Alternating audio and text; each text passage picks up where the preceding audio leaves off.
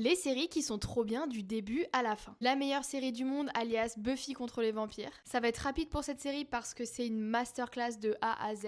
Toutes les saisons sont trop bien, les intrigues sont bien écrites. La saison 7 est un tout petit peu moins bien que les autres saisons, mais sinon ça reste incroyable. Franchement, le plus beau cadeau que vous pouvez vous faire en 2026 si vous l'avez pas déjà vu, c'est bien de regarder Buffy. Que dire sur Mindhunter, honnêtement?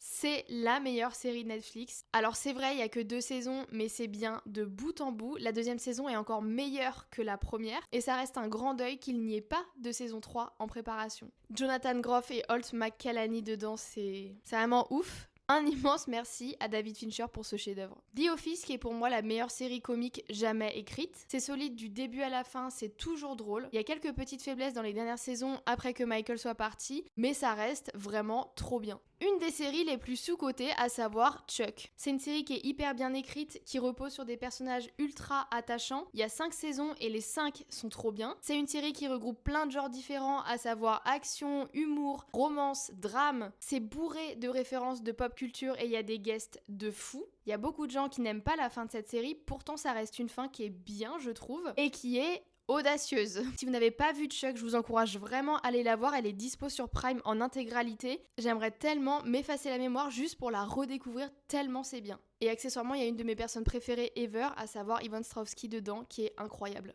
L'original, le précurseur, Scam, Norvège évidemment. Il y a 4 saisons et les 4 saisons sont trop bien. Et justement, j'ai envie de vous dire, il n'y a que 4 saisons, parce que moi, des saisons de Scam, j'en aurais regardé 15. Quel bonheur, merci la Norvège. Modern Family, je viens de la revoir en entier. À l'origine, j'avais regardé quand ça sortait à chaque fois, chaque saison. Et vraiment, je suis choquée de voir à quel point c'est incroyable. Il y a tellement de détails qui sont hilarants et ça du début à la fin. C'est extrêmement bien joué, je m'en suis vraiment rendu compte là dans mon revisionnage. Je pense qu'une des plus grandes forces de la série, c'est qu'elle repose sur une variété de personnages qui sont forts et attachants. Franchement, les 11 saisons sont chouettes, il n'y a pas une saison qui est mauvaise. Des fois, les séries comiques, elles peuvent s'essouffler au fil des saisons, mais là, c'est vraiment pas le cas. Et c'est ça le résultat des séries qui reposent sur des personnages solides, qui tiennent vraiment la série de bout en bout. La meilleure série policière que j'ai jamais vue, à savoir Cold Case. J'aime tellement cette série, je pense que ça fait vraiment partie de mes séries préférées, et elle n'a pas de flop à son actif. Toutes les saisons sont bien, toutes les intrigues sont bien, tous les épisodes sont bien, et je pourrais en parler des heures, mais je pense que c'est une série méga sous-cotée. Alors qu'elle est qualitative du début à la fin, la mise en scène, l'image, les acteurs, le scénario, les intrigues de chaque épisode, tout est bien. Vraiment, quel cadeau cette série.